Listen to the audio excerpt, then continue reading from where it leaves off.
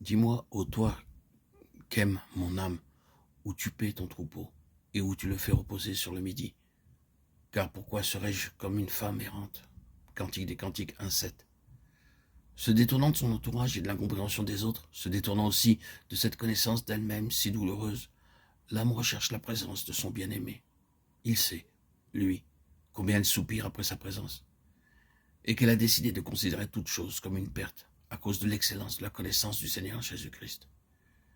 Il sait, lui, à quel point elle se déteste et qu'elle se repose uniquement sur sa justice, de façon bien plus complète qu'autrefois.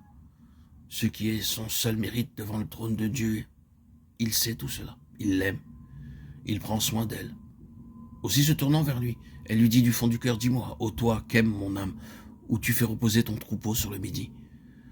Le commencement de la vie nouvelle peut être comparé au matin d'un nouveau jour et son parfait développement, sa maturité au midi de la journée. Au midi, un midi sans brouillard, sans ombre. Le sentier du juste est comme la lumière resplendissante de l'aurore dont l'éclat augmente jusqu'à ce que le jour soit dans sa perfection. Proverbe 4, 18. Ta vie se lèvera plus brillante que le midi, même s'il y a obscurité, ce sera comme le matin. Job 11, 17. Dans les desseins divins, toute âme nouvellement née doit être conduite par-delà les ombres jusque dans l'éclatante lumière de la vie du sanctuaire, du Saint des Saints. Combien de rachetés, cependant, restant dans un demi-jour et ne parviennent jamais au repos de midi. Image du cœur qui se repose en Dieu dans l'union au Fils unique du Père.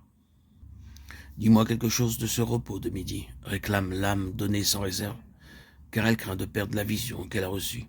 Et dans le bruit des langues autour d'elle, les langues de ceux qui l'ont mise à garder les vignes, elle redoute de se laisser détourner du but et de devenir comme l'épave jetée de ci, de là, d'être comme une personne errante, comme une âme allant à l'aventure à côté des troupeaux de ses compagnons. Si tu ne le sais pas, ô la plus belle d'entre les femmes, sort sur les traces du troupeau, épée, les chevrettes près des tents des bergers. Cantique des Cantiques 1,8. Le bien-aimé répond aussitôt au cri de l'âme par ses paroles, si tu ne le sais pas, impliquant ainsi qu'elle est, en une certaine mesure, responsable de son ignorance.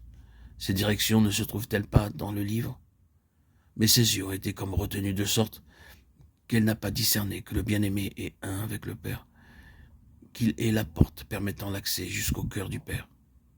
Il nourrit son troupeau à midi dans le sanctuaire, et s'il est racheté, connaissait le grand pasteur des brebis et la puissance du sang de l'alliance éternelle, Hébreux 12, 20.